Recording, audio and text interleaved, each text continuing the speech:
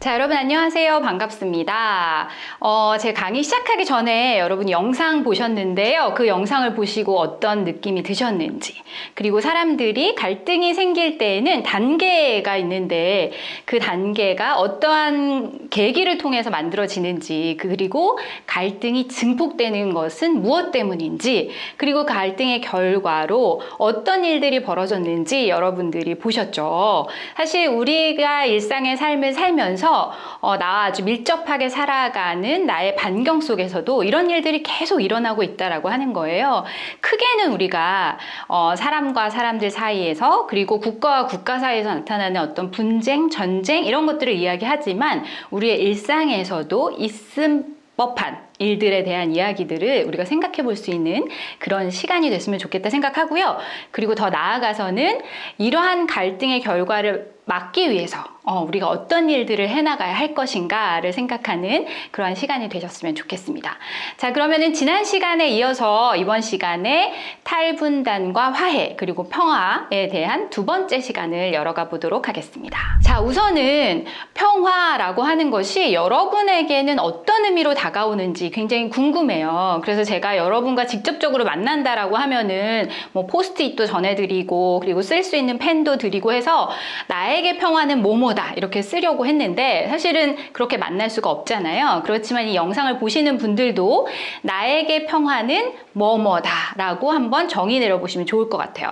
그렇다고 제가 딱 두 자리의 단어만 쓰라고 하는 건 아니기 때문에 나에게 평화는 뭐뭐뭐다 라고 좀 써보시고, 그 이유가 무엇인지 여러분의 가족 혹은 뭐 누나, 형, 뭐 동생 같이 나눠보시고, 내가 왜 평화를 그렇게 이야기하고 있는지, 정의 내리고 있는지에 대해서도 함께 이야기 나눠보시면 좋을 것 같습니다. 평화라고 하는 것은요, 사실은 소극적 평화와 적극적 평화로 나뉘어져요. 지난 시간에도 제가 잠깐 설명을 드렸는데, 소극적 평화라고 하는 것은 우리가 가지고 있는 직접적이거나 물리적이거나 그 뭐 신체적인 폭력 이런 것들이 없는 상태를 대부분 소극적 평화라고 이야기를 하죠. 그래서 사람들이 전쟁이 없으면 평화가 올 것 같아요 라고 하는 것들도 소극적 평화를 이야기하는 거다라고 할 수 있습니다. 그리고 예를 들면 때리거나 겉으로 봤을 때 괜찮게 잘 지내고 있는 것 같네 라고 하는 것도 사실 소극적 평화라고 할 수가 있어요. 그런데 그거보다 훨씬 더 깊이 있고 의미 있는 평화라고 하는 것은 적극적 평화라고 할 수가 있습니다. 적극적 평화는 뭐냐면요, 우리가 일상의 삶을 살아가는 것부터 시작해서, 그리고 우리 사회 내에서 일어나는 많은 일들이 여러 가지의 상황과 그리고 법과 제도와 이런 것과 다 연결이 되어져 있는 거예요. 그리고 사회적인 부분, 정치적인 부분, 경제적인 부분, 더 나아가서는 지속 가능한 삶에 대한 부분, 이런 것까지 다 연결이 되어져 있다라고 하는 거죠. 그래서 일상부터 시작해서 전 사회와 연결되어져 있는 다양한 체계들 사이에서의 어떤 관계 속에서도 평화를 이루는 것, 이게 바로 적극적 평화라고 할 수가 있습니다. 따라서 직접적인 폭력이라고 할 수 있는, 즉 뭐 전쟁도 될 수도 있고 고문도 될 수도 있고 그다음 학살도 될 수도 있고 분쟁도 될 수도 있고, 이러한 것들에 대한 보이는 폭력, 그쵸? 그리고 여러분들의 일상에서 많이 겪을 수 있는 폭력, 어떤 것들이 있어요? 동생과 싸우는 거, 그것도 사실은 폭력이라고 할 수가 있잖아요. 또 학교 내에서 일어나는 다양한 학교 폭력, 이런 것도 사실 폭력이라고 할 수가 있어요. 이런 직접적인 폭력이라고 하는 것뿐만 아니라 구조적인 부분에서 나타나는 폭력이라고 하는 것도 분명히 존재한다라고 하는 거예요. 예를 들면 가난이나 빈곤이나 예를 들면 차별의 문제, 그리고 성차별과 관련된 문제는 지난 시간에도 제가 잠깐 언급했는데, 예를 들면 한국 사회 같은 경우에는 가부장주의, 예를 들면 가부장주의라고 하는 것은 집안의 가장이 모든 것을 결정하고 모든 것에 권한을 갖는다라고 하는 거예요. 그래서 한국은 유교주의 문화와 가부장주의라고 하는 것이 굉장히 오랜 역사 속에 있기 때문에 이게 문화로 자리 잡고 있고, 그리고 우리 사회 구조 안에서도 이게 굉장히 많은 부분에 있어서 영향을 미친다라고 말씀드렸죠. 그리고 또 하나, 군사주의 문화라고 하는 것들도 사실 구조적인 부분에 있어서 가지고 있는 여러 가지의 어떤 문제들을 야기한다라고 할 수 있어요. 그래서 구조적인 폭력에 대한 부분들도 생각을 해야 된다라고 하는 거죠. 예를 들어서 아주 쉽게 설명을 드리면 이런 거예요.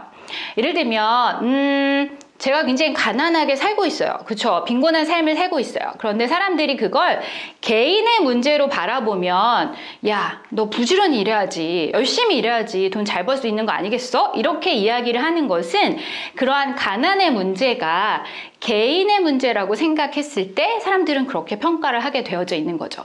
그런데 이것을 좀 더 구조적인 관점에서 바라보면 우리 사회 전반적으로 빈익빈 부익부, 즉 못 사는 사람들은 계속 어렵게 살게 되고 잘 사는 사람들은 계속 잘 사는 그런 구조적인 부분에 있어서 사회가 점점 차이가 벌어진다라고 하는, 즉 양극화가 이루어지는 그러한 사회 구조라고 하는 것은 내가 아무리 열심히 근면성을 가지고 열심히 부지런히 일을 해도 그것을 넘어설 수 없는 부분들이 있는 거예요.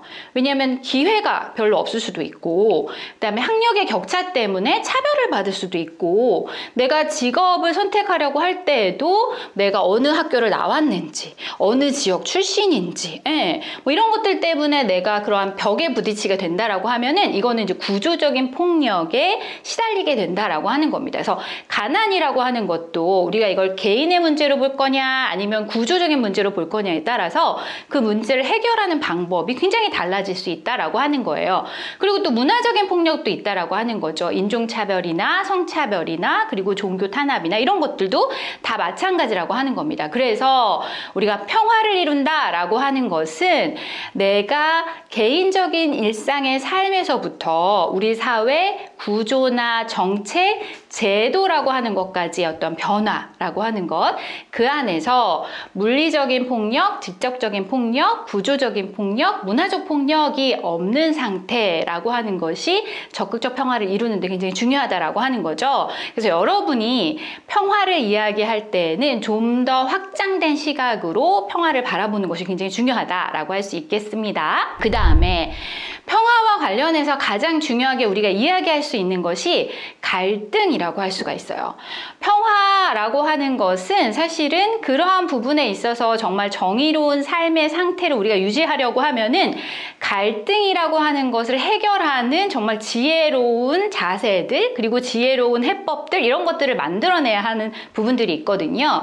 그렇다라고 했을 때 갈등이 뭐냐라고 하는 걸 우리가 알 필요가 있는 거죠. 갈등은 사실상 이해의 당사자들, 그러니까 내가 가지고 있는 관점이나 생각이나 철학이나 뭐 자기의 정체성이나 이런 것들 속에서 자기가 가지고 있는 관점이나 이해가 다른 사람들이 있어요. 그죠? 그리고 그것이 집단으로 존재하기도 하고, 혹은 국가와 국가로 존재하기도 합니다. 이런 이해 당사자들 간에 의견이 달라서 생기는 실제적인 문제, 이게 이제 갈등이라고 할 수가 있죠. 그죠? 근데 이제 갈등이라고 하는 것은 한자어거든요. 그래서 이제 한자어에서 유래가 되어졌는데, 갈등이라고 하는 것을 너무나 잘 표현하고 있는 것이 뭐냐면은 등나무와 칡나무라고 하는 겁니다. 갈등이라고 하는 것이. 칡나무라고 하는 것은요, 칡나무의 어떤 특징은 왼쪽으로 감아 올라가는 그런 특징이 있어요. 그래서 막 감겨요. 예. 그리고 등나무라고 하는 것은요, 오른쪽으로 올라가는 특징이 있습니다. 네. 그런데 이 등나무와 칡나무가 여러분 만났다고 생각해 보세요. 그럼 어떨까요? 한 나무는 오른쪽으로 계속 감아 올라가고, 한 나무는 왼쪽으로 계속 감아 올라가게 되어지는 현상이 있다라고 하는 겁니다. 그만큼 서로가 가지고 있는 방향성에 따라서 계속 가고 있기 때문에 만나지 못하는 상태, 이것이 이제 갈등이라고 볼 수가 있어요. 그런데 우리 사회에서, 그리고 우리의 일상의 삶을 살면서 갈등이 없는 상황이 있을 수 있을까요, 여러분? 그렇지 않죠. 예. 일어나서부터 여러분 굉장히 갈등하지 않나요? 네, 제가 몇 시에 일어나야 할 것인가, 일어나서 무엇을 해야 할 것인가, 이런 내적 갈등도 있고, 일어나자마자부터 엄마가 하는 잔소리 때문에 엄마와 갈등이 생겨날 수도 있고, 그렇죠. 그리고 일상을 살아가면서 갈등은 너무나 수없이 반복되어지는 겁니다. 그래서 예를 들면 나는 정말 나는 이 구성원이 싫어, 이 그룹이 너무 싫어, 이래가지고 제가 다른 데 가려고 하잖아요.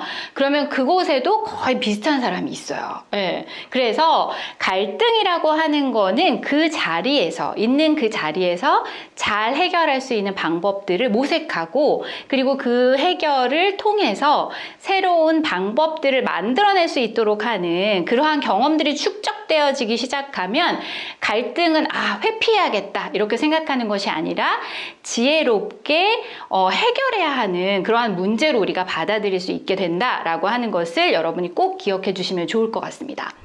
자, 그렇다면 여러분의 일상의 삶을 살면서 지금 내가 최근 가장 많이 겪고 있는 갈등은 뭔지, 그리고 그 갈등이 왜 일어났다고 생각하시는지, 그리고 그 갈등에서 내가 저 밑바닥을 바라봤을 때 내가 가지고 있는 욕구는 무엇인지, 이런 것들 여러분이 생각을 해보시면요, 내가 표면적으로는 그냥 싸우는 것처럼 보일 수 있지만 저 밑바닥에, 나의 마음 저 깊은 곳에 내가 원하는 바가 무엇인지를 생각하게 된다라고 하는 거예요.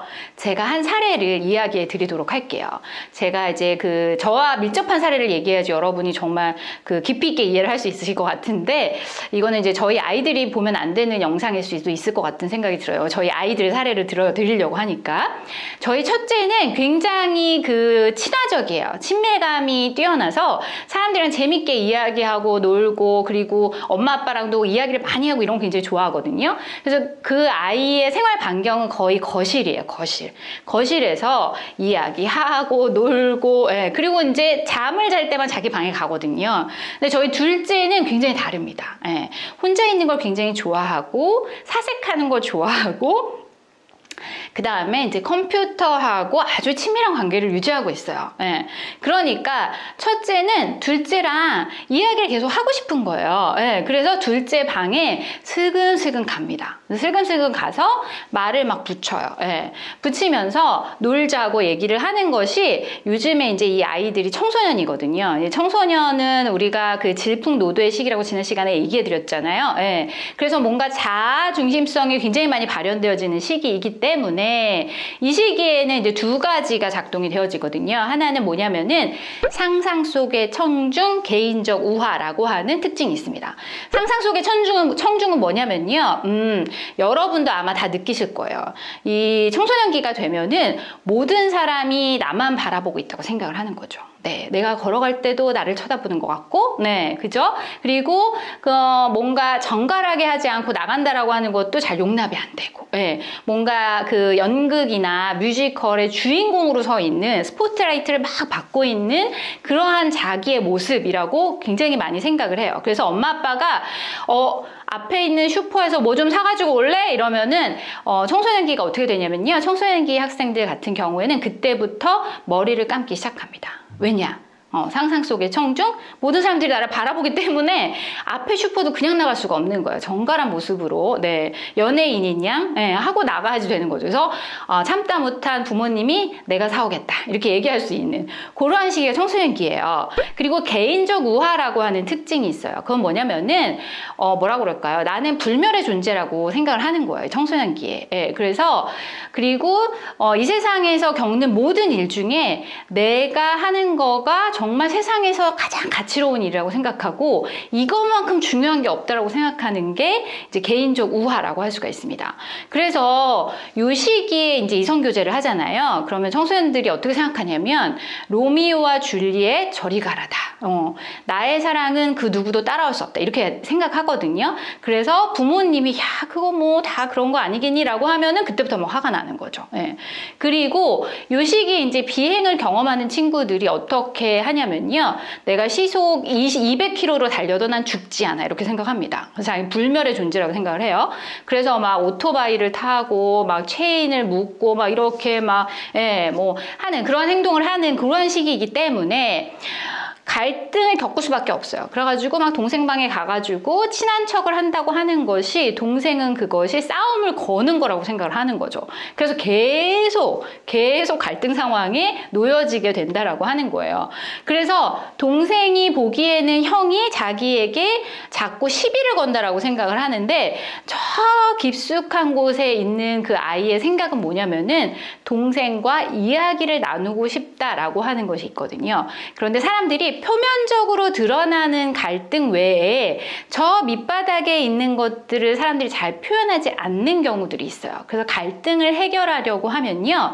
혹은 여러분들이 누군가와 어떠한 뭐랄까요? 좀 이렇게 불편한 마음이 있거나 이런 생각이 들었을 때는 저 밑바닥에 내 마음이 진짜 무엇이지? 라고 하는 것들 좀 생각해 보시는 게 필요하고 기도하는 가운데서도 하나님 제가 왜 이 마음을 갖게 되었을까요? 라고 하는 것에 대해서 깊이 있게 성찰해 보는 게 굉장히 중요해요. 그래서 그 마음들을 어떤 경우에는 굉장히 창피하지만 좀 끄집어내서 정확하게 그리고 정중하게 그리고 자연스럽게 이야기 나누는 것이 사실 문제를 해결하는 데 굉장히 중요하다라고 할 수가 있습니다. 그래서 여러분이 최근에 겪었던 갈등과 관련한 부분들도 생각을 해보시고 그 갈등의 저 뿌리 깊은 곳에서는 어떠한 욕구가 내 마음속에 있었던가 라고 하는 것들을 좀 생각해 보시고 그 문제를 해결해 나가는 그러한 지혜를 발휘하시면 좋겠습니다. 자, 우리가 평화와 갈등이라고 하는 것들을 이야기했는데 그 안에서 그 갈등을 해결하고 평화를 이루는 데 있어서는 가장 중요한 게 뭐냐면요. 참여라고 할 수가 있습니다. 참여는 굉장히 민주적인 과정의 필수 요소라고 할 수 있어요. 그리고 특히나 유럽에 있는 청소년들은 이 참여에 대해서 굉장히 자기와 밀접하게 생각을 하죠. 특히나 이제 그 민주시민 교육이 최초로 이루어지고 그리고 전 세계적으로 확산이 되어졌던 독일 같은 경우에는 일상적인 부분에 있어서 참여뿐만 아니라 정치적인 참여라고 하는 것도 굉장히 많은 측면에서 확대되어져서 일어나고 있기 때문에 참여라고 하는 게 너무나 자연스러운 언어일 수 있지만 사실 또 그렇지 않은 친구들도 굉장히 많다라고 할 수 있습니다. 그런데 참여라고 하는 것은 같이 한다. 그리고 부분을 취한다 라고 하는 뜻에서 나온 것이고 그것은 같이 한다, 같이 나눈다 라고 하는 것은 무엇의 어떤 의사결정 과정이든 갈등을 겪는 요소든 그러한 문제들을 어떻게 하면 공동의 선한 그리고 협력적인 자세로서 그 문제를 풀어갈 수 있을 것인가를 만들어내는 과정이라고 이야기할 수 있어요. 그래서 참여라고 하는 것은 결과라기보다는 과정이기 때문에 그 안에서 일어나는 여러 가지의 그 상황들에서 우리가 그러한 갈등을 해결하고 문제를 발전시키는, 문제를 해결하는 것들에 대한 지혜를 만들어내는 게 굉장히 중요하다라고 볼 수가 있습니다. 그래서 참여하면은 대부분 정치적인 부분에 있어서 많이 생각을 하는데요. 그런 것뿐만 아니라 우리의 일상의 삶에 있어서도 다른 사람에게 영향력을 주고받는 관계, 그리고 상호작용하는 관계 속에서도 참여가 이루어질 수 있다라고 하는 거고요. 참여라고 하는 것은 살아있는 것과 마찬가지로 굉장히 역동적이다라고 볼 수가 있습니다. 그래서 어떠한 에너지를 투입하느냐, 이 긍정적인 에너지를 투입하느냐, 부정적인 에너지를 투입하느냐에 따라서 그 결과물이 달라질 수 있다라고 할 수 있는 것, 이것을 기억하시면 좋겠고요. 그래서 참여하는 시민이다라고 하는 것은 우리가 뭔가 투표에 참여를 한다거나 정치적인 부분에 있어서 영향력을 행사하는 것, 그것뿐만 아니라 내가 삶을 살아가면서 일상적으로 우리 가정 내에서뿐만 아니라 학교, 지역사회에서 의사결정 과정에 직접적으로 자신의 목소리를 투여시키는 그러한 과정이다라고 볼 수가 있습니다. 그래서 이것은 궁극적으로 어떠한 부분을 원하는 것이냐라고 하면은 공동체가 건강하게, 앞에서 얘기해 드린 것처럼 뭔가 적극적인 평화를 실현하고 그 안에서 공동체 구성원들이 정말 건강한 삶의 질을 누릴 수 있도록 하는 것에 초점을 맞추는 것이 참여다라고 볼 수가 있고요. 참여는 예전에는 사실은 굉장히 높은 지위를 가지고 있는 사람들에게만 주어지는 권한처럼 생각을 했어요. 그런데 최근에는 청소년의 참여도 굉장히 중요하다라고 할 수 있고요. 일반 시민의 목소리도 굉장히 중요한 의사결정 구조 안에 들어가고 있다라고 하는 것을 우리가 일상에서 많이 경험하고 있습니다. 그래서 시민들이 생각하는 올바른 방향이라고 하는 것 자체가 사회나 국가, 세계를 변화시킬 수 있다라고 하는 측면에서 우리의 참여라고 하는 것, 그리고 우리가 평화 과정에서 참여를 이룬다라고 하는 것이 중요한 의미가 있다라고 할 수 있겠어요.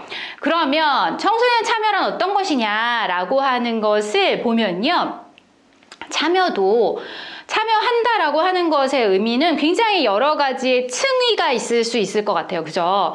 그래서 한 학자, 하트라고 하는 학자가 있는데 이 학자가 참여의 사다리다라고 하는 이론을 밝혀냈습니다. 그리고 나서 참여는 여러 가지 층위가 있다. 그런데 정말로 실제적으로 청소년이 참여한다라고 하는 것은 어떤 의미가 있는지라고 하는 것을 좀 이론적으로 밝혀냈어요.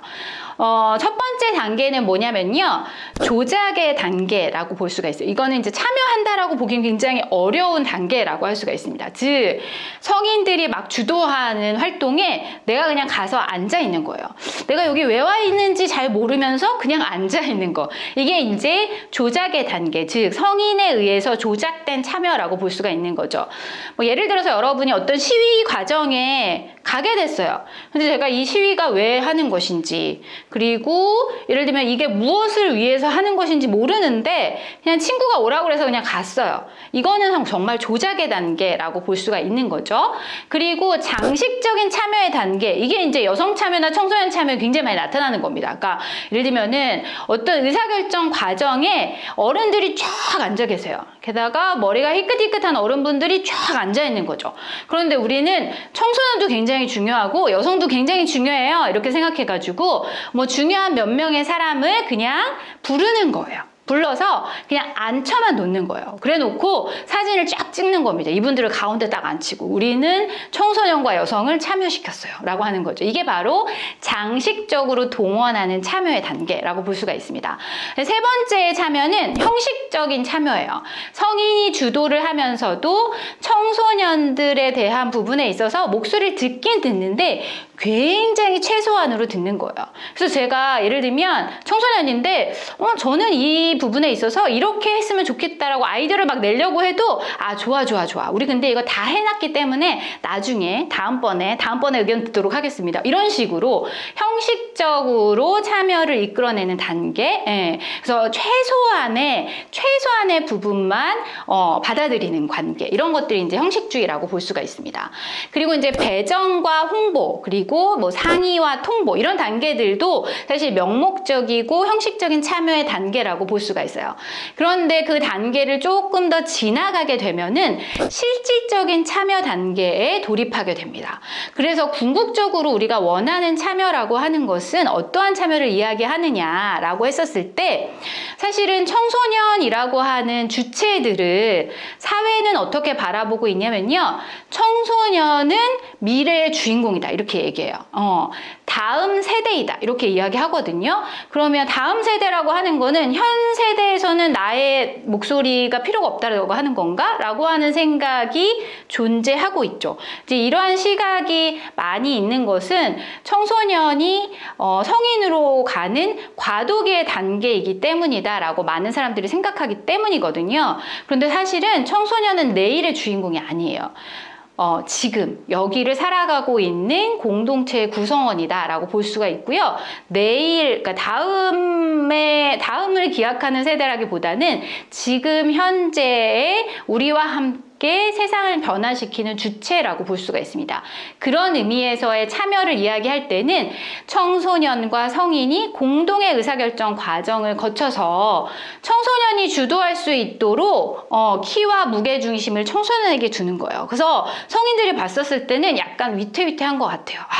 저렇게 하면 저런 문제가 생기는데 맞아 라떼는 말이야 라고 하는 것을 막 이야기하고 싶어지는 막 충동이 생기지만 그럼에도 불구하고 운동장의 모든 주인공은 청소년이라고 생각하고 청소년들이 주도적으로 자기의 활동을 기획하고 그 다음에 운영해보고 그 과정에서 시행착오를 통해서 뭔가를 깨닫고 그 다음을 또 기획할 수 있도록 하는 그러한 중심축과 무게중심을 청소년에게 두는 것. 이게 이제 참여의 가장 높은 층이라고 이제 이야기를 하고 있습니다. 따라서 여러분들이 참여를 하게 될 때에는 이러한 측면들이 굉장히 중요하다라고 할 수 있는데 이거를 막 쟁취해낸다라고 하는 것보다는 성인과 공동으로 어떻게 이러한 부분들을 만들어낼 수 있을까라고 하는 게 굉장히 중요하다라고 볼 수가 있는 거죠.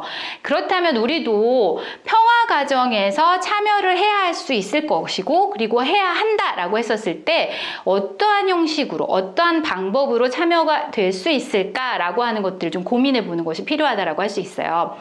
제가 알기로는 이 캠프가 지나면서 여러분이 이 캠프에서 배웠던 많은 이야기들 그리고 많은 전문가분들과 그리고 뭐 여러분의 선배님들 이렇게 이야기 나누었던 것을 가지고 여러분이 그걸 음악으로도 표현할 수 있고 그다음에 다양한 문화 콘텐츠로 표현하는 그러한 것들을 기획하고 있다라고 하는 것을 알고 있는데 그런 측면에서 우리가 예를 들면은 한반도의 종전 그리고 평화라고 하는 것들을 생각하면서 우리의 어떤 지역사회에서 캠페인을 한번 해보면 어떨까라고 하는 것으로 캠페인을 만들어 보면서 청소년 참여를 이뤄낼 수도 있을 거다라고 하는 생각이 들어요. 그러면 캠페인이 무언가라고 하는 것이 중요하잖아요. 캠페인이라고 하는 거는 사회적이고 정치적 혹은 상업적인 성과를 내기 위해서가 아니라 이게 사회적 공공성을 만들어내고 그다음에 사회가 좀 더 건강해질 수 있도록 하는 부분에 있어서 뭔가 일련의 협력적인 활동을 기획하는 것 이게 바로 캠페인이라고 할 수가 있습니다. 여기서 가장 중요한 부분은 뭐냐면요. 많은 사람들의 공감과 지지를 이끌어낼 수 있도록 그러한 메시지를 개발하고 그러한 컨텐츠를 만들어내는 것이 캠페인이라고 할 수가 있거든요. 그런 측면에서 여러 사람들이 공익 캠페인 같은 것들을 만들어요. 첫 번째 가장 중요한 요소, 공익 캠페인의 요소라고 하는 것은 사람의 마음을 움직인다라고 할 수가 있습니다. 여러분이 영화를 보면은 갑자기 그 영화 속에서 여러분이 굉장히 많은 것들을 깨닫게 되고 이걸 통해서 내가 무엇을 무엇인가를 해야겠다라고 생각하게 되기도 하잖아요. 그것은 그 영화가 주는 핵심적인 메시지가 있기 때문이다라고 볼 수가 있는 거죠. 그래서 사람들에게 공동체의 이익이나 가치를 위해서 내가 어떠한 잘못된 부분들을 어떻게 바꿔낼 것인가. 그런데 이게 정말 필요합니다 라고 이야기하는 것이 아니라 사람의 마음에 감동과 울림을 어떻게 줄 수 있게 할 것인가 라고 하는 게 굉장히 중요한 요소 중에 하나다라고 볼 수가 있고요. 두 번째는 우리가 캠페인을 한다라고 하는 것은 뭔가 이윤을 추구하거나 다른 사람들에게 소비를 촉진시키거나 이런 것의 캠페인이 아니라고 하는 거예요. 뭔가 공공선을 위해서 그리고 뭔가 협력적인 방법을 통해서 그다음에 국가적인 측면에 있어서 화해를 가져다 올 수 있는 그러한 캠페인이어야 된다라고 하는 거고요. 그 다음에 개인적인 부분에 있어서의 변화를 줄 수도 있죠. 뭔가 사람에게 감동을 주어서 그리고 위안을 주는 그러한 활동일 수도 있지만 더 나아가서는 법도 바꿔낼 수 있고 제도도 바꿔낼 수 있고 국가 간의 협력적인 부분에 있어서 뭐 협약이나 조약 같은 것들도 만들어낼 수 있는 그러한 영향력을 가질 수 있는 그러한 캠페인도 여러분이 만들 수 있다라고 하는 겁니다. 그래서 상담을 하는 사람들이 있잖아요. 상담을 하는 사람들은 어떠한 것이 가장 중요하냐면 전문가적인 자질과 기술을 가지고 다른 사람들과 이야기를 나누면서 그 사람이 가지고 있는 문제를 스스로 극복하고 해결할 수 있도록 돕는 게 상담인데 그 상담 과정에서 만나던 사람들이 이게 구조적인 부분에 있어서의 문제가 있거나 아니면 사회의 제도나 법이라고 하는 것 때문에 이 문제가 계속 가속화된다라고 하면은 그것을 변화시킬 수 있도록 노력을 하는 것도 사실 상담자의 자질이다라고 할 수가 있거든요. 그런 측면에서 우리가 지금 우리 사회에서 겪고 있는 다양한 문제들이 혹시나 아까 제가 빈곤을 예를 든 것처럼 이게 개인적 문제로 볼 수 있을 것이냐 아니면은 사회 구조적인 부분들까지도 또 깊이 있게 바라봐야 할 것이냐에 따라서 다른 측면에 있어서의 어떤 활동을 기획할 수 있다라고 할 수가 있습니다. 그리고 그 활동에 참여하는 것 자체가 예를 들면 내가 무엇인가 선한 행위를 해서 그 행위가 일회적으로 끝난다라고 하는 것이 아니라 다른 사람에게 지속 가능하게 영향을 미치는 그러한 역할을 할 수 있는 캠페인이 되어져야 한다라고 하는 것이 굉장히 중요하고요. 그 다음에 조직적이고 계획된 활동으로 만들어져야 된다. 그래서 구체적인 전략과 메시지가 굉장히 중요하고 그 다음에 이거는 한 번에 성공할 수가 없습니다. 그래서 이 캠페인이라고 하는 거는 지속적으로 길게 씨앗을 뿌리는 활동이 될 수 있도록 여러분이 기획하는 것이 바람직하다라고 볼 수가 있겠습니다. 그리고 캠페인이라고 하는 것은 굉장히 다양한 방법으로 진행을 할 수가 있어요. 예를 들면 진정이나 탄원이나 청원이나 뭐 이런 걸 할 수가 있죠. 그래서 여러분이 생각하는 문제라고 하는 것을 조금 더 공론화해야겠다라고 하면은 그것에 대해서 공식적으로 이야기를 듣는 사이트에 들어가서 글을 남긴다거나 뭐 사건에 대해서 이야기를 한다거나 이런 활동들도 할 수가 있고 그다음에 나랑 주장이 비슷한 사람들의 메시지를 더 많이 모아서 그것을 조금 더 크게 확대시켜서 이것을 보여주고 싶다라고 하면은 서명운동 같은 것들도 여러분이 기획할 수가 있습니다. 뭐 더 나아가서는 이게 아까 말씀드린 것처럼 법이나 제도의 문제다라고 하면은 뭐 고소나 고발 관련한 것들과도 연결이 될 수도 있고 그 다음에 우리가 하는 메시지를 전 사회적으로 알려줘야겠다 이런 생각이 들면 성명서 같은 것들을 발표할 수도 있습니다. 그래서 여러분도 성명서를 발표할 수가 있겠죠. 그죠? 그리고 이 성명서를 발표한다라고 하는 것을 많은 사람들이 알았으면 좋겠어요. 그리고 언론에도 메시지를 전달해야겠다라고 하는 생각이 들면 기자회견 같은 것도 열 수가 있을 겁니다. 그리고 그런데 아직 내가 생각하는 이러한 부분의 문제의식이 많은 사람들이 다 공유하고 있는 것 같지 않아요. 그러면 어떻게 해야 되냐면 많은 사람들이 공유할 수 있도록 하는 그러한 토론회나 그리고 그러한 불편감이나 어려움을 겪고 있는 사람들에게 때 그 사람들의 증언을 들으면서 내가 간접적으로 체험할 수 있도록 하는 그러한 경험을 해주는 것도, 경험을 갖도록 해주는 것도 중요하다라고 볼 수가 있습니다. 그리고 뭔가 캠페인을 하거나 좋은 선한 영향력을 끼치려고 한다고 하더라도요, 이게 나 혼자만 하게 되어지면 이게 확산되어지는 속도나 범위가 제한될 수가 있잖아요. 그러니까 어떤 사람과 손을 맞잡고 어떤 사람과 연대해서 같이 걸어가야 할 것이냐라고 하는 것도 굉장히 중요하다라고 볼 수가 있습니다. 그리고 그것을 경험하지 못한 사람들에게 아주 쉽게, 그리고 아주 잘 다가갈 수 있도록 하는, 즉 미디어의 컨텐츠로 어떠한 메시지를 전달할 수 있을까라고 하는 것. 그래서 여러분이 만드는 여러 가지의 활동들도 다른 사람에게 굉장히 중요한 영향을 줄 수 있다라고 하는 거예요. 자, 그러면 우리도 한번 기획을 해볼 수가 있을 것 같아요. 예를 들면 캠페인을 기획한다고 했었을 때 처음 가장 중요한 게 뭐냐면요, 문제를 발견하는 겁니다. 왜냐면은 내가 왜 이 부분에 있어서 이 문제를 해결하려고 하는지에 대한 부분에 있어서 그 원인이 무엇인지를 잘 발견하는 게 중요해요.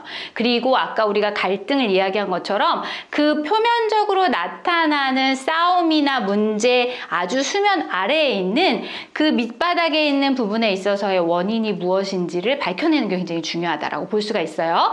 그리고 그걸 밝혀내는 과정에서 다양한 조사 활동들을 하겠죠. 그죠? 우리 뭐 지역사회에 있는 사람들에게 이야기를 들을 수도 있고, 사람들이 그 부분에 대해서 어떻게 생각하고 있는지에 대한 이야기를 들을 수도 있고. 그래서 제가 미국 사람들을 만났을 때 미국 사람들에게 여러분 한반도 전쟁에 대해서 어떻게 생각하세요? 그랬더니 사람들이 뭐라고 얘기하냐면, 한반도에 전쟁이 일어나고 있나요? 뭐 우리는 미국이 그 전쟁에 개입했었나요? 라고 하는 것이 미국에 있는 일반 사람들이 생각하는 거라는 거예요. 그래서 이러한 부분들의 문제를 발견하면 지금 현재 문제가 무엇인지를 정의하고 나서 내가 목적을 어떻게 세우고 목표를 어떻게 만들어서 그것을 어떠한 방법으로 한번 해보자 라고 하는 것들을 세우게 되고, 그걸 또 실행해 나가다 보면 요게 더 좋았을 것 같은데 라고 하는 평가 과정을 거쳐서 이 캠페인을 계속적으로 만들어낼 수 있겠죠. 제가 이제 이렇게 설명드리면, 제가 짧은 시간에 여러분과 같이 해야 되기 때문에 이렇게 설명드리면 그게 뭘까 이렇게 생각되실 것 같아요. 그래서 제가 한국에 있는 학생들은 점심시간이 되면은 학교에서 급식을 먹어요. 급식을 먹는데, 급식을 먹는 과정에서 가장 중요한 문제가 뭐냐면요, 잔반이 너무 많이 남는다는 거예요. 그러니까 잔반이라고 하는 거는 쉽게 말하면 음식물 쓰레기라고 할 수가 있죠. 그래서 음식물 쓰레기가 굉장히 많이 남는 거예요. 그래서 이제 학교에서 환경을 생각하는 친구들이 모여서 왜 이 잔반이 이렇게 많이 남는 걸까? 도대체 왜 우리는 계속 급식을 먹는데도 불구하고 잔반이 많이 남는지에 대해서 아이들한테 인터뷰를 막 시작한 거예요. 시작해 보니까 가장 중요한 게 뭐냐면요, 아이들이 식판을 받아가면서 많이 주세요, 조금 주세요 이렇게 이야기 하잖아요. 근데 사람마다 많이 주세요, 조금 주세요 라고 하는 것의 기준이 다 다른 거예요. 그죠? 그러니까 조금 주세요 라고 해도 사실은 내가 주는 사람의 입장에서 조금이라고 하는 것을 정의하는 것에 따라서 굉장히 다르다라고 하는 것을 친구들이 알게 됐고, 그 다음에 이 친구들이 그래서 아이디어를 냈어요. 그래서 그것과 관련한 영상을 보여드릴 건데요. 그걸 통해서 점진적으로 학교의 급식 체계가 바뀌게 되고, 결국은 학교에서 나오는 다양한 음식물 쓰레기가 많이 줄게 되는 그러한 것을 학교 내에서 캠페인으로 열었던 사례가 있는데, 제가 생각하기에는 지금 이 영상을 보시는 여러분이 훨씬 더 많은 사례를 가지고 계실 것 같지만, 그래도 우리나라에서, 그러니까 한국에서 실행해 봤던, 그리고 학생들이 굉장히 다양한 방법으로 해왔던 그러한 캠페인의 사례를 여러분께 보여드리도록 하겠습니다. 무지개 식판 프로젝트.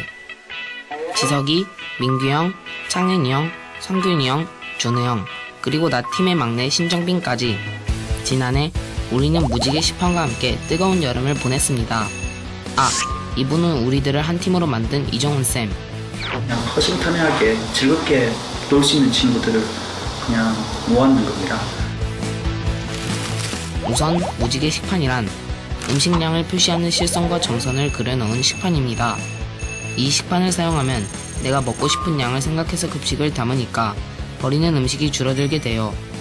처음부터 아이디어가 번쩍 떠오른 건 아니었어요. 이렇게 많은 음식이 버려지는데 어떻게 줄일 수 있을까? 여기서 시작했어요. 왜 그런지 이유를 알고 싶어서 점심시간에 친구들 관찰하고 따라다니다 보니까 다들 집에서는 이렇게 많이 남기지 않는데 학교 급식을 먹을 때는 엄청 남기는 거예요. 그러다가 현준이란 친구가 있거든요. 현준이가 급식 먹는 과정을 그대로 따라가 봤어요. 순서대로 그림도 그리고 사진 찍은 것도 붙여넣고 하다 보니까 애들이 일부러 급식을 남긴다기보다 음식을 받을 때 너무 많은 양을 받는 거예요. 내가 담을 때도 나도 내 양을 잘 모르겠고 외식 가는 친구한테 조금 달라고 했는데 그 조금이라는 말이 모두에게 다른 의미였던 거예요. 이게 서로 말이 안 통해서 생기는 문제더라고요. 그리고 나서는 무엇을 바꿔야 내가 원하는 양을 정확히 알고 또 전달할 수 있을까 계속 고민했죠. 그러다 기준을 만들어주자. 이렇게? 아님 저렇게? 수십 번의 시행착오 끝에 지금의 무지개 식판이 만들어졌어요. 우선 50개를 만들어서 우리 반 아이들 점심시간 때 먹어봤는데 실제로 음식물 쓰레기가 눈에 띄게 엄청 준 거예요. 팀워크 이런 것들이 좀 길러졌다고 보면 되겠죠. 논리적으로 접근을 한 다음에 그것이 뭔지 명확히 알아내고 그걸 해결하는 방법을 차근차근 아는 그 순서 자체가 저한테는 되게 새로웠어요. 이 계기로 고등학교 때는 어떤 걸 딱 보면 그걸 어떻게 고칠까, 아니 문제점 보면 어떤 걸 고쳐야 되는 생각부터 들더라고요.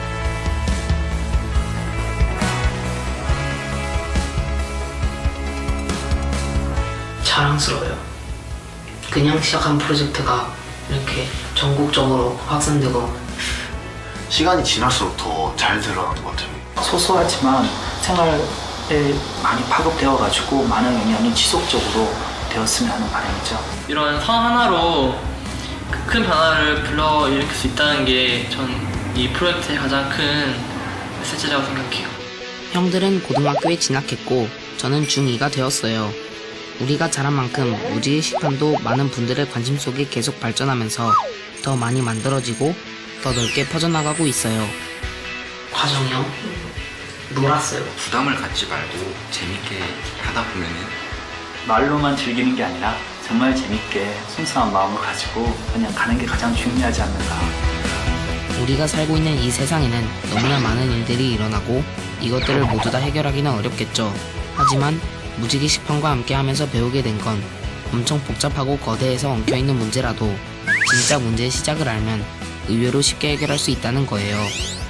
그리고 해결된 것들이 실제로 많은 사람들에게 도움이 된다는 것도요. 새로운 눈으로 주위를 둘러보세요. 나만의 진짜 시작점이 보일 거예요.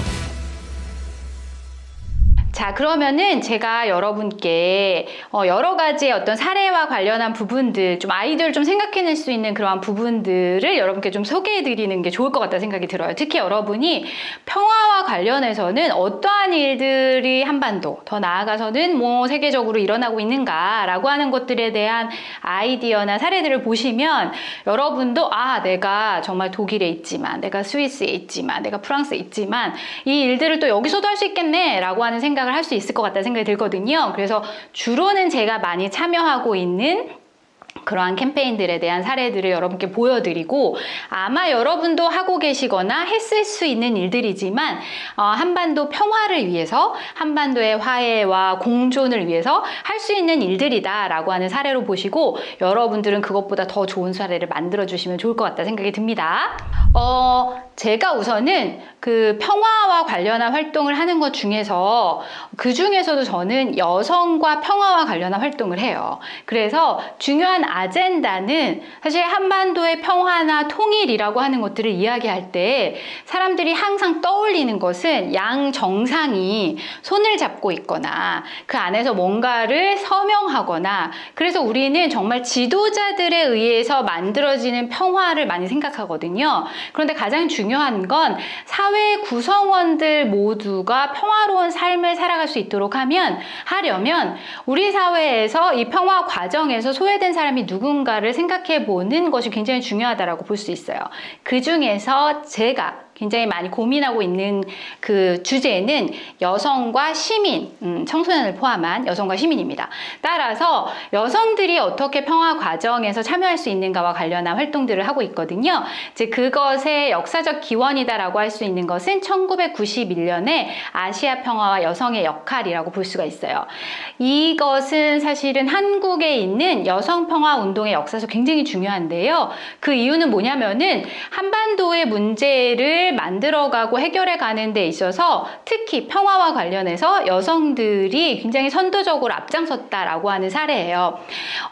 여러분이 보시는 화면의 사진 중에 하나는 사실 판문점에서 남측의 여성과 북측의 여성들이 만나서 한반도의 평화 문제를 이야기하는 거예요. 그런데 사실 민간인으로서는 처음으로 판문점을 도보로, 그러니까 걸어서 만나서 남과 북의 그리고 일본의 여성들이 만나서 이러한 아시아와 평화에 대한 이야기를 했던 것이 사실 최초라고 볼 수가 있는데요. 그런데 이게 많이 알려지지 않았어요. 그래서 많은 사람들은 최초로 걸어서 판문점을 통과한 최초의 민간인을 솥대를 몰고 왔던 정주영 회장으로 생각을 해요. 그런데 사실은 여성들이 그것보다 훨씬 앞선 1991년, 92년에 아시아 평화와 여성의 역할을 이야기하면서 먼저 만났다라고 할 수가 있고요. 그 이후에 남측과 북측 그리고 일본의 여성들이 세 나라의 공동으로 함께 해결할 수 있는 여성과 관련한 문제가 뭘까라고 하는 것들을 고민하면서 첫 번째는 우리 사회가 여전히 전쟁을 준비하고 있는 것에 대한 문제, 그리고 그 전쟁 때문에 여성들에게 어떠한 영향을 미치는가 이런 것에 대해서 고민했고, 두 번째, 제가 지난 시간에도 얘기했지만 전쟁에서 그 전쟁의 전투력의 전략으로 사용하는 게 여성의 몸이에요. 그래서 영화에서도 보면은 항상 여성들이 전쟁 과정에서 여성의 몸이 그것이 사용되어지는 경우들이 굉장히 많은데, 그러한 중요한 사례가 일본군 성노예제였다라고 하는 것을 남측에 있는 여성, 북측에 있는 여성, 일본에 있는 여성들이 이야기를 나누면서 지금 현재 한국에서는 매주 수요일마다 수요 시위가 일어나고 있잖아요. 그것의 전신이 사실은 이 모임이었다라고 볼 수가 있습니다.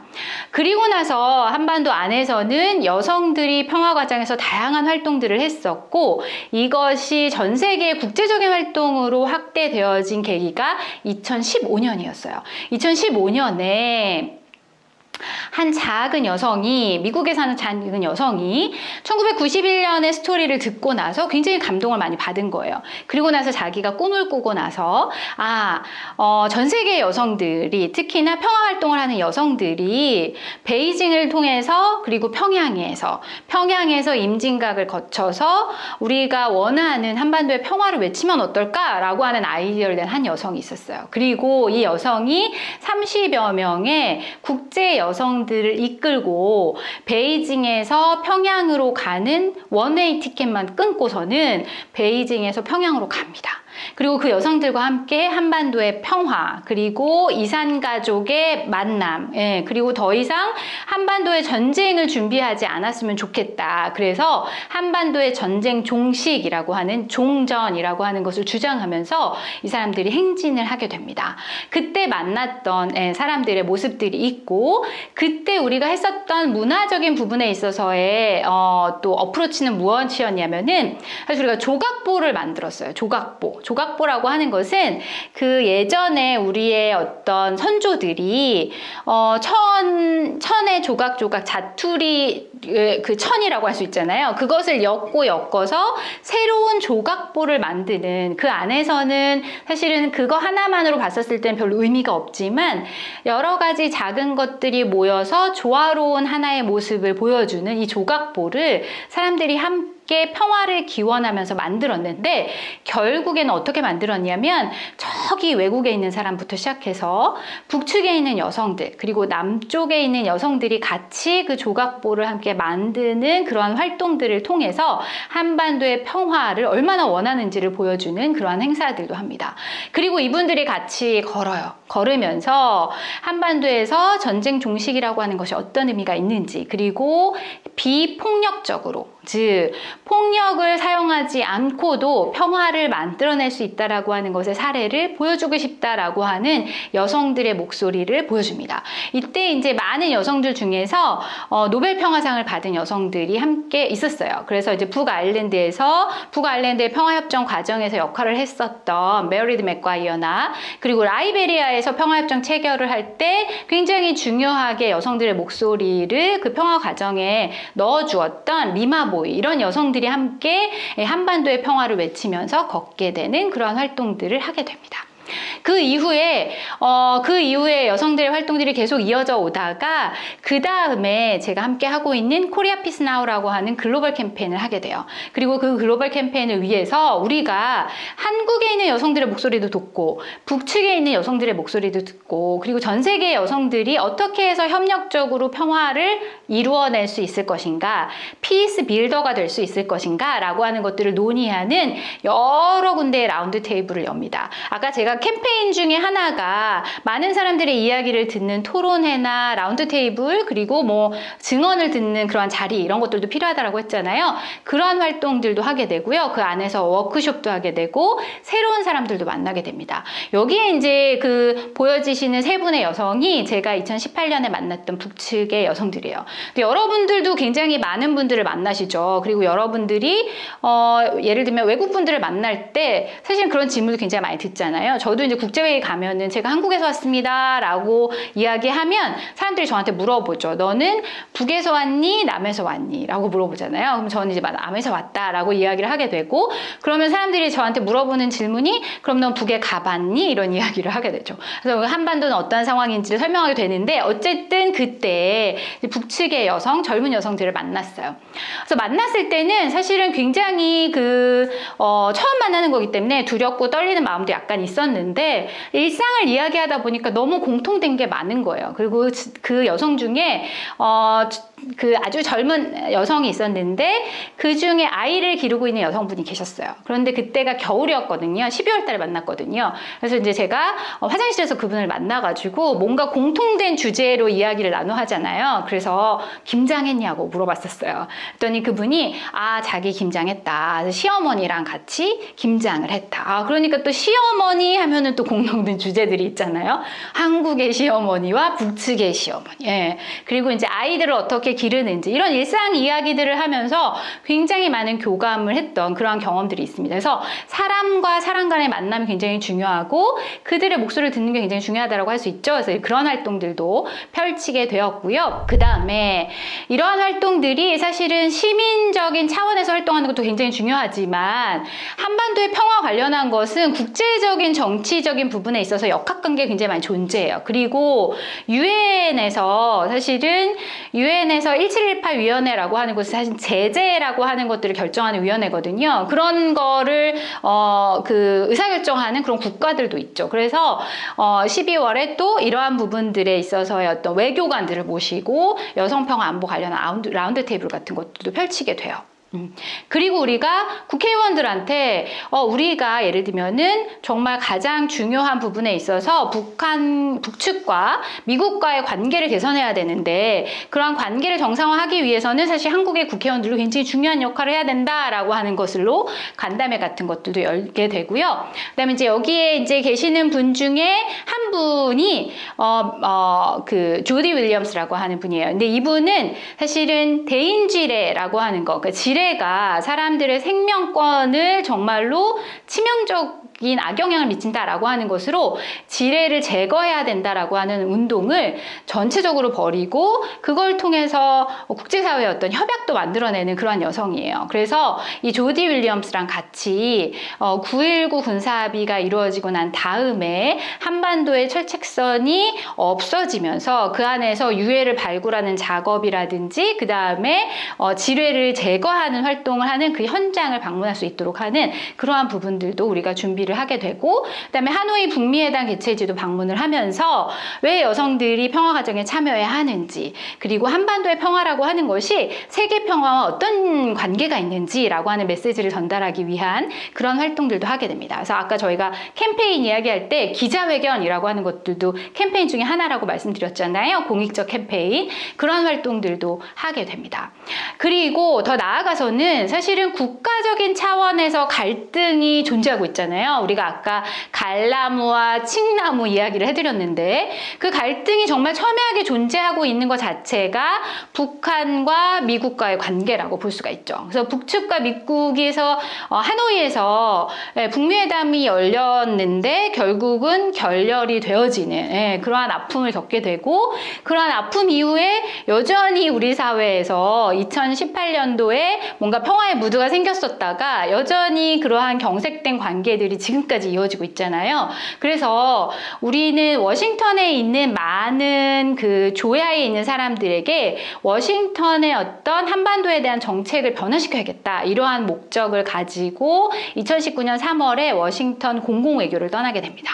그러니까 공공외교라고 하는 것은 보통은 퍼블릭 디플로마시라고 해서 주로는 이제 국가가 주도하는 거라고 많이 생각을 해요. 그런데 제가 경험한 공공외교라고 하는 것은 시빅 디플로마시라고 해서 시민들이 주도해서 국가 정책을 변화시키는 그러한 공공외교를 하게 됩니다. 그러면서 제가 물밑 작업을 여러 번 했잖아요. 아까 말씀드린 것처럼 한국에서 막 국회의원 간담회도 하고, 그 다음에 노벨평화상을 받으신 분이 지뢰 제거 현장에도 가게 되고, 뭐 이러한 활동들을 통해서 의회에 있는 사람들을 만나서 이러한 증언들을 실제적으로 할 수 있도록 하는 공공외교 활동을 하게 돼요. 그래서 CFR이라고 하는 것은 미국의 굉장히 중요한 싱크탱크라고 할 수 있거든요. 여기에서 누가 연설을 하게 되면은 그 연설에서 나온 이야기들을 많은 전문가들이 따다 쓰는 그러한 싱크탱크예요.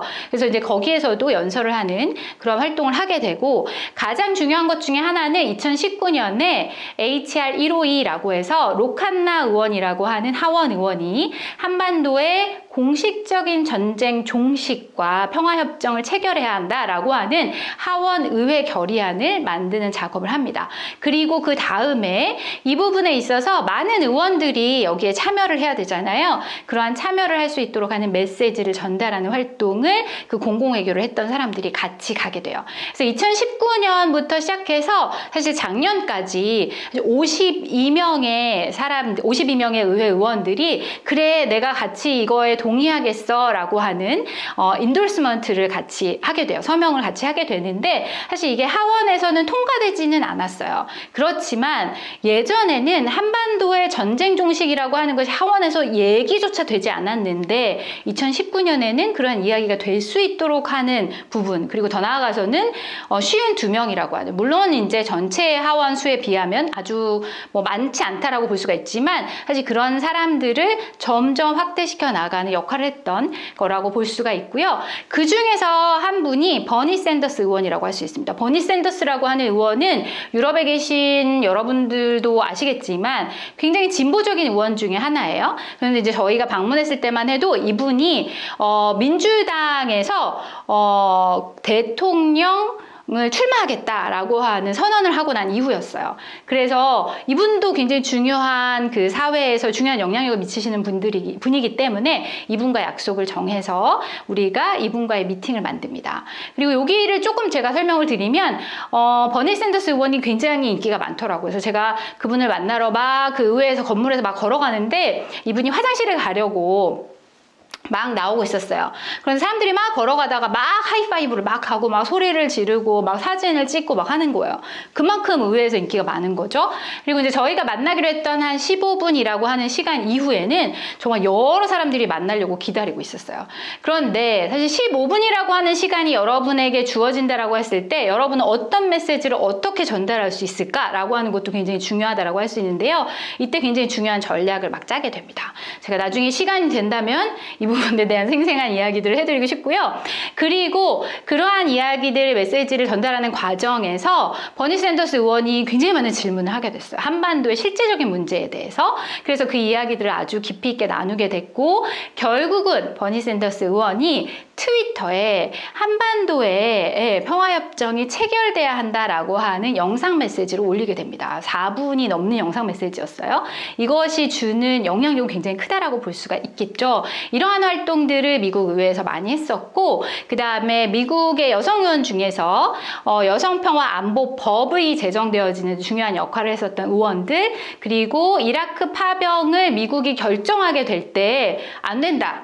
전쟁이라고 하는 것 자체는 어떤 경우에도 평화를 만들 수 없다라고 하는 것으로 반대 의사를 전하셨던 바바라리 의원을 만나서 한반도의 평화협정을 체결해야 된다라고 하는 메시지를 전달했는데요. 근데 굉장히 중요한 게 있었어요.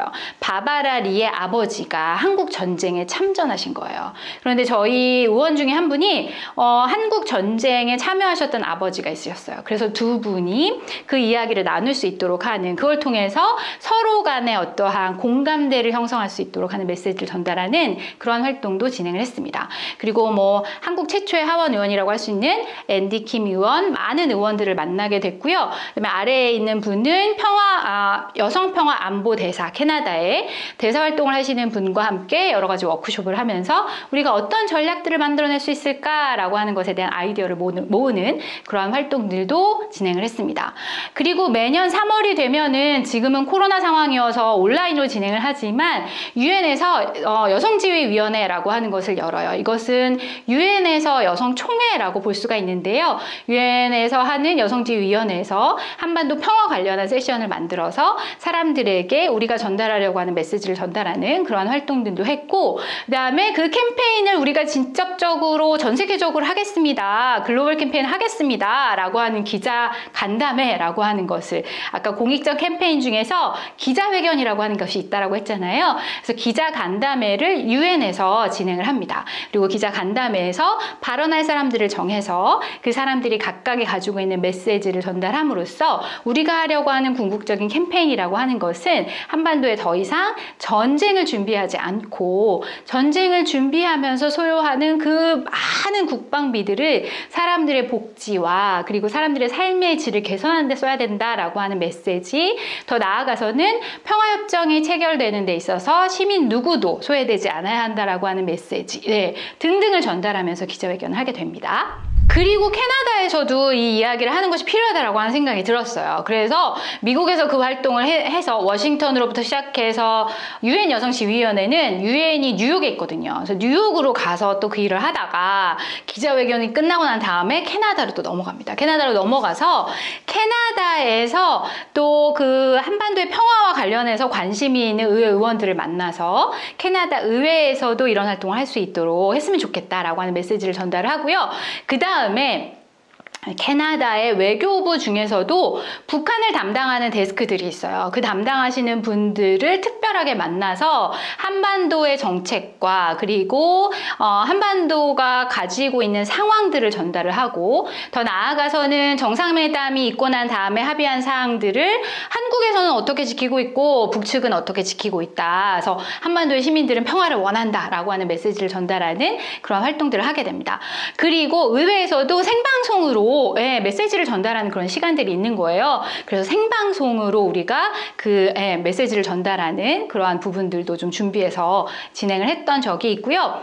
그 다음에 저희가 캠페인을 준비하는 과정에서 이런 활동을 한다라고 하는 것을 아는 많은 사람들이 한국에서 활동을 하고 있는 분 중에서 예를 들면 외교안보 특보분이나 뭐 국회의원 분들이 다른 이유를 통해서 미국을 방문하게 되는데 그때 로칸나 의원을 만났으면 좋겠다 이렇게 말씀을 해주셔서 하루를 간담회 일정을 잡았어요. 그리고 간담회 일정을 잡고 있고, 그다음에 로칸나 의원뿐만 아니라 또 우리의 메시지를 전달할 수 있는 다양한 의원들이 필요하잖아요. 그래서 아까 말씀드린 그 결의안에 아직 사인을 하진 않았지만 정말 사인할 가능성이 있는 의회 의원들 그리고 그들의 보좌관을 초대해서 간담회를 개최합니다. 그리고 간담회를 개최하고 난 다음에 그 안에서 그 당시에 매해 그 미국에서는 국방과 관련한 예산을 승인하고 통과시키는 국방수건법이라고 하는 것이 있어요. 그 부대 결의 안에 한반도의 평화협정이라고 하는 것, 전쟁 종식이라고 하는 것을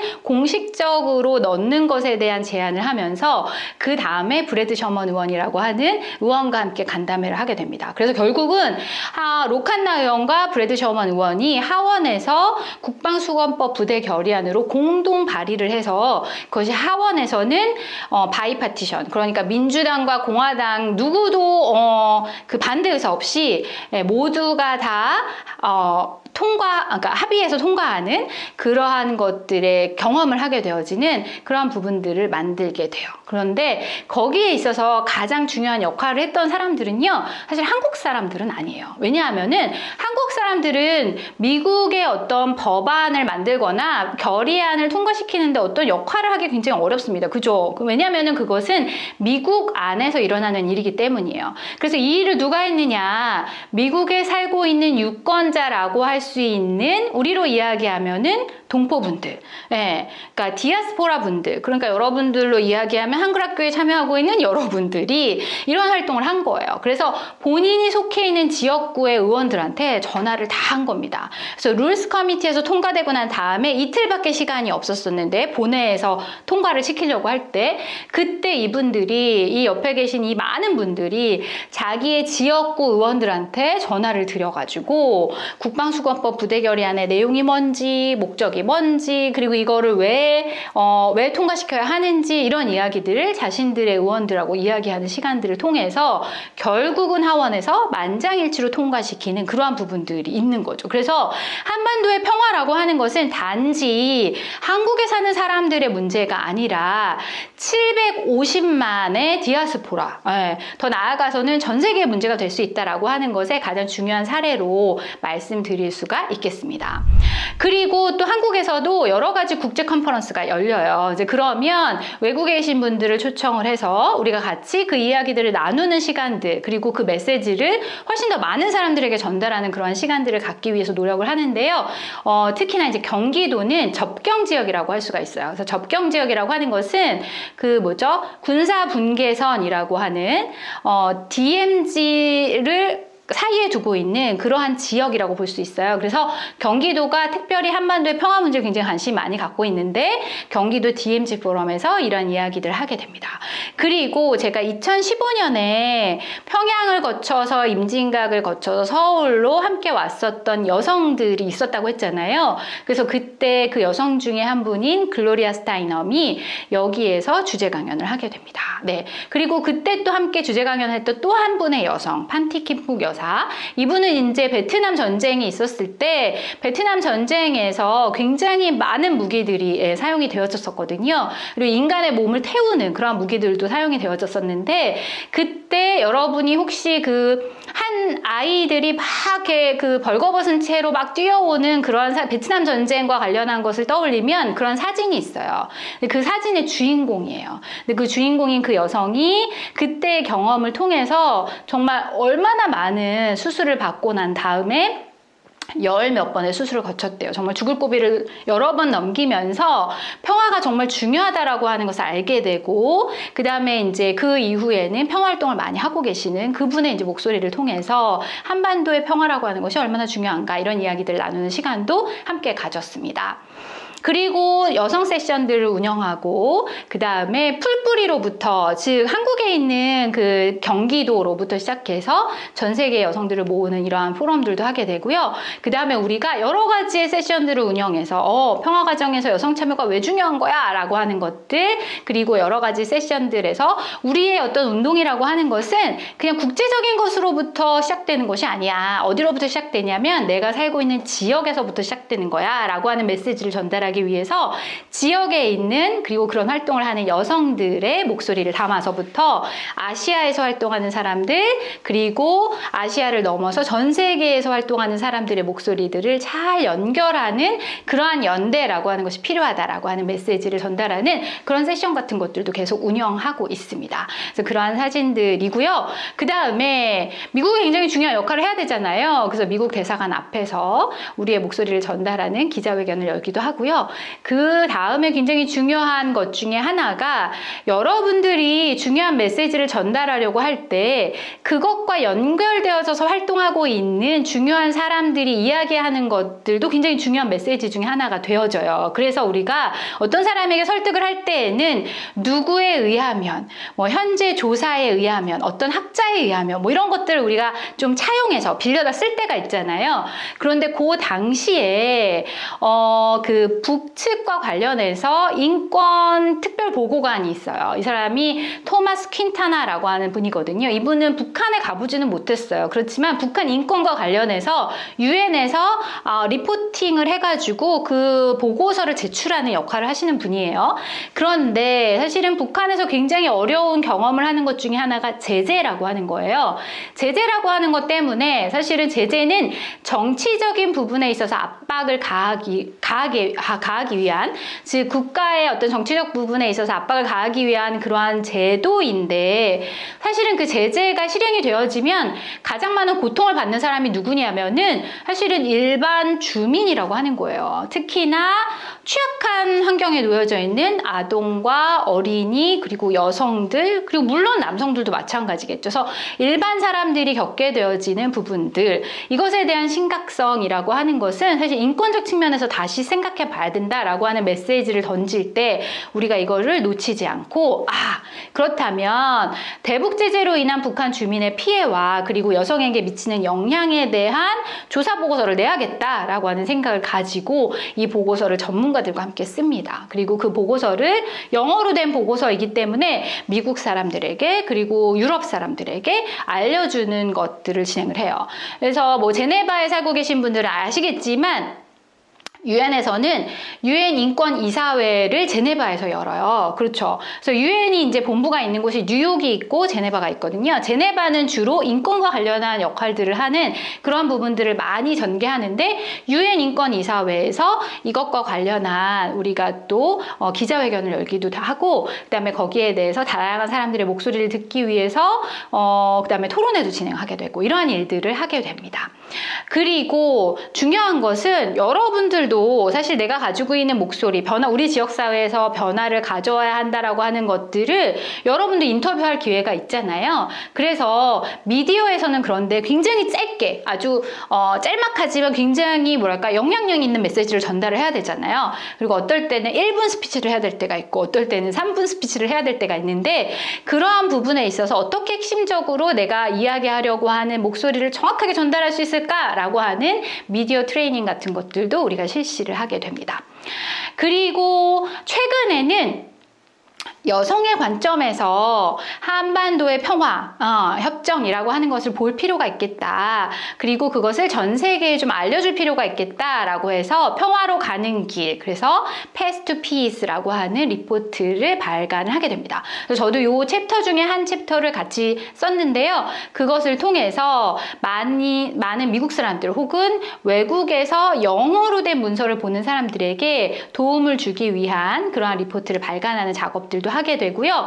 그 발간한 작업들을 미국에서 그리고 캐나다에서 어떻게 활용 가능할 수 있을 것인가 라고 하는 것에 대한 웨비나 같은 것들도 열고, 그러한 것을 통해서 캐나다에 있는, 제가 캐나다의 의회를 방문했을 때 만났던 의원들이 있었잖아요. 그분들과 함께 또 다시 연결하는 작업들을 해서 그러한 활동들을 지속 가능하게 만드는 그러한 측면들을 계속적으로 하고 있습니다. 이게 이제 지속적인 활동이 되지 않으면 그 변화가 이루어지기 어렵기 때문에 그러한 연대 활동을 계속적으로 하는 거다라고 볼 수가 있습니다. For more than 70 years, the Korean Peninsula has been locked in a state of war. U.S. tactics of maximum pressure, sanctions, and isolation have failed to resolve the crisis. In fact, North Korea has only amassed more nuclear weapons. But it doesn't have to be this way. When there's been engagement, diplomacy, and acknowledgement of the root cause of the conflict, the unresolved status of the Korean War, there have been steps toward peace. According to President Jimmy Carter, ending the Korean War is the only way to ensure true human security for both Korean and American people.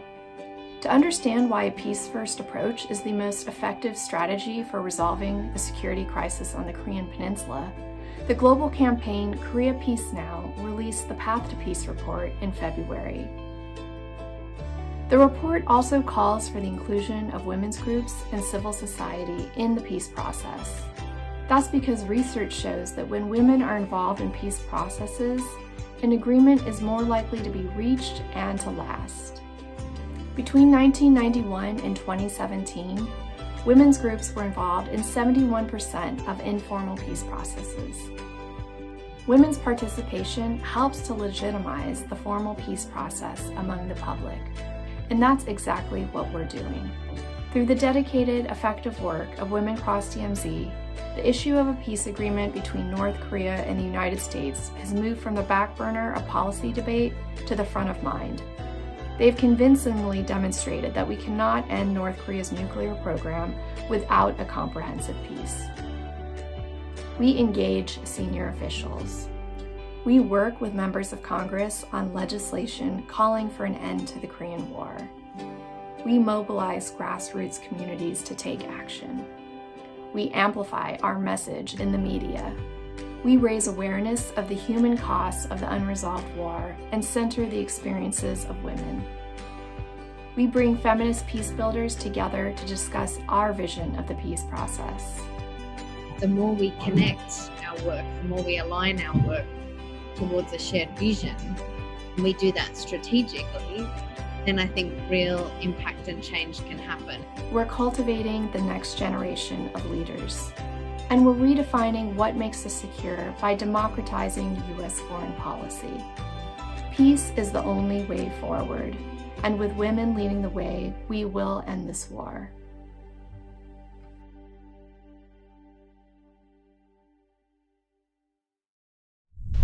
이런 활동들을 통해서 이것이 국제적으로 좀 알려지면서 저희가 사실 Women Have Wings 어워드를 받게 됩니다. 사실 이거는 그때 당시에 열심히 했기 때문이라기보다는 한반도의 평화를 위해서 굉장히 열심히 노력했던 1970년도에부터 활동했던 여성들의 목소리들이 다 모아져서 이루어진 결과다라고 하는 생각이 들고요.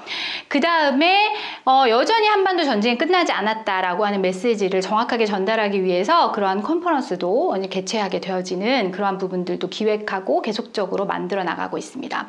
그리고 또 하나를 또 제가 설명을 드리면요. 제가 그 글로벌 캠페인 차원에서 여성들이 하는 캠페인을 소개를 해드렸다라고 하면은 한반도의 전쟁을 종식해야겠다라고 하는 한국 내의 다양한 시민사회의 목소리들을 담은 캠페인이 하나 있거든요. 그게 한반도 종전평화 캠페인이라고 할 수가 있습니다.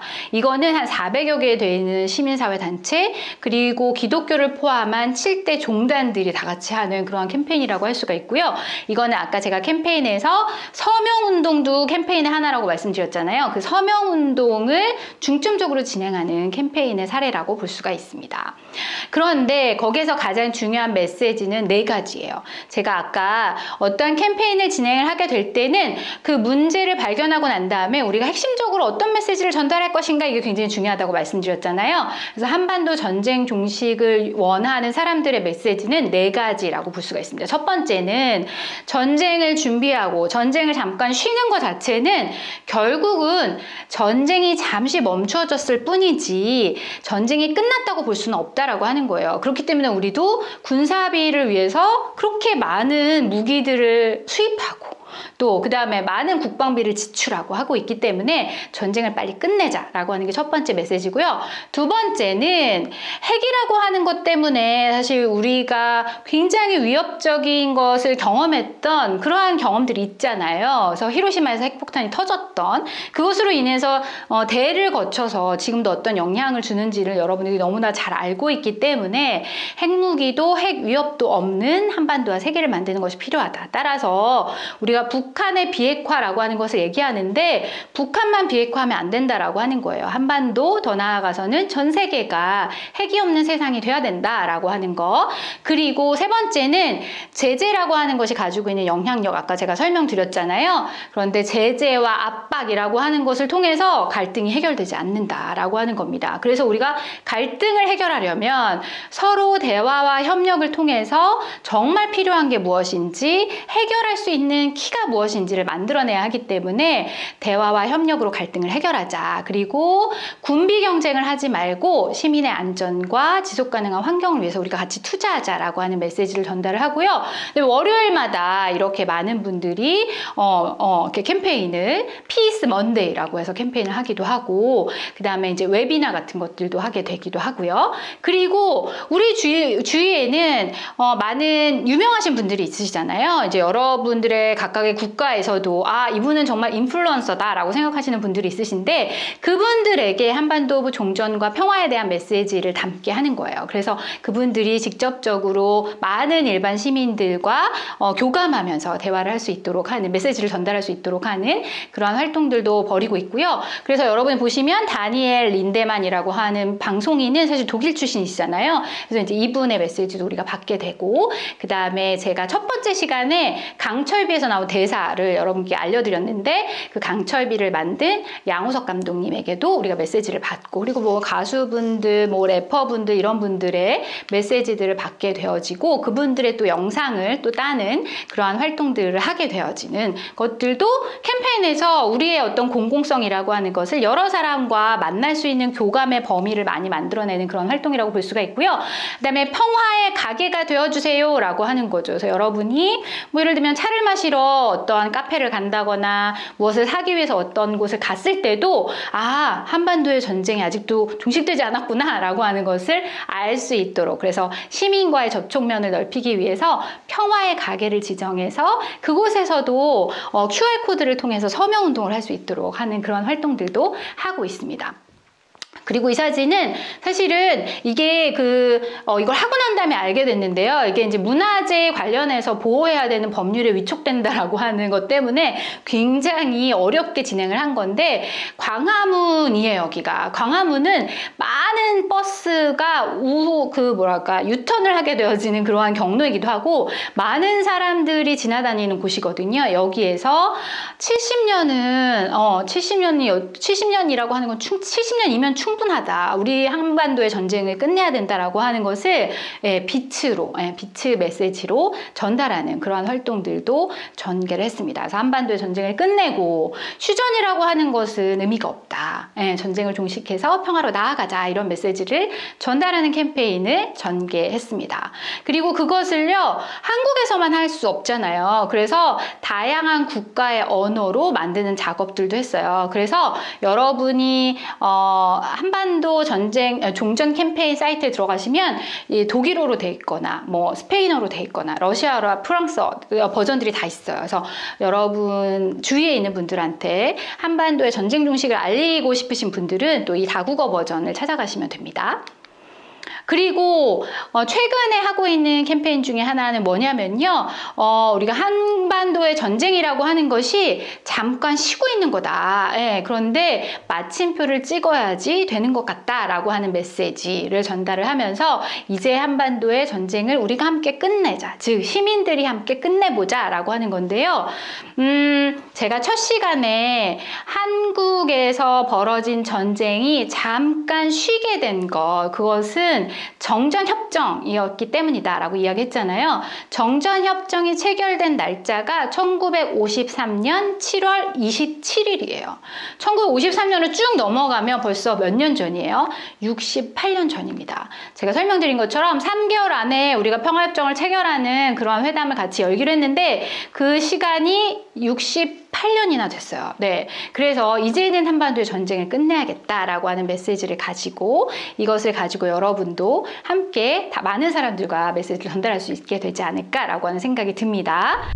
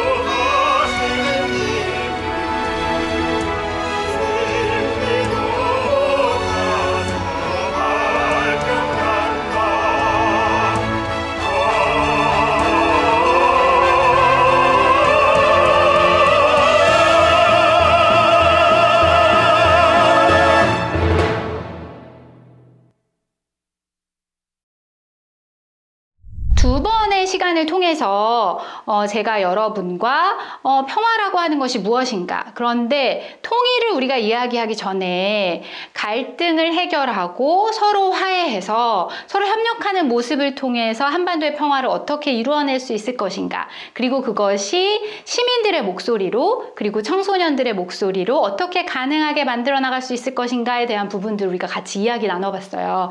그리고 더 나아가서 중요한 것은 우리의 일상생활 속에서도 여전히 갈등의 문제를 어떻게 해결해야 할 것이며, 그리고 우리 일상 속에서도 어떠한 군사주의 문화라고 하는 것이 우리의 용어 안에 녹여져 있는가라고 하는 것들에 대한 이야기도 나눴거든요.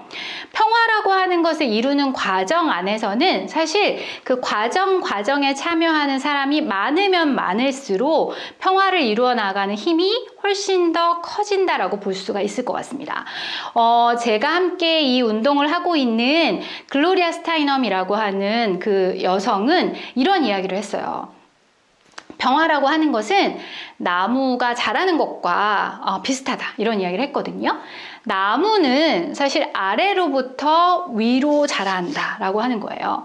그래서 위에서부터 아래로 되어지는 평화라고 하는, 즉 탑다운이라고 하는 평화 어프로치라고 하는 것은 사실은 중요하게 협정을 맺을 수도 있지만 지속 가능하게 많은 사람들에게 화해와 평화 그리고 사회 통합을 이루어 나가는 데 있어서는 여전히 오랜 시간이 걸린다라고 하는 거예요. 그렇기 때문에 아래로부터 많은 사람들이 그 안에서 자양분을 갖고 그 힘을 얻고 평화를 염원하는 메시지들을 전달하고 그 안에서 사람들이 협력적 모습을 보이고 그 갈등을 해결하는 과정들을 이루어 나갈 때 결국은 나무가 건강하게 자랄 수 있는 것처럼 그 갈등의 뿌리, 근원적 뿌리라고 하는 것들을 우리 스스로 같이 해결하는 과정들을 통해서 평화가 만들어질 수 있다라고 하는 것들을 여러분이 기억하시면서 여러분도 여러분의 일상 속에서 그리고 여러분이 살아가고 있는 삶의 현장에서 혹은 학교에서 가정에서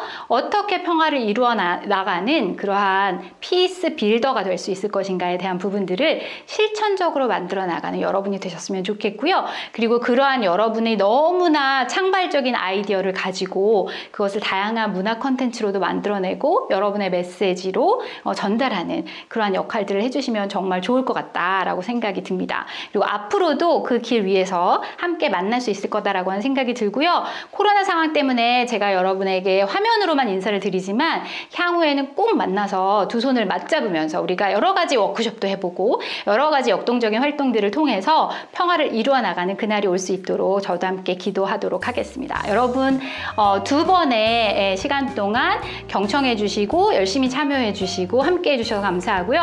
다음에 또 만날 수 있으면 좋겠습니다. 여러분 그동안 수고하셨습니다. 감사합니다.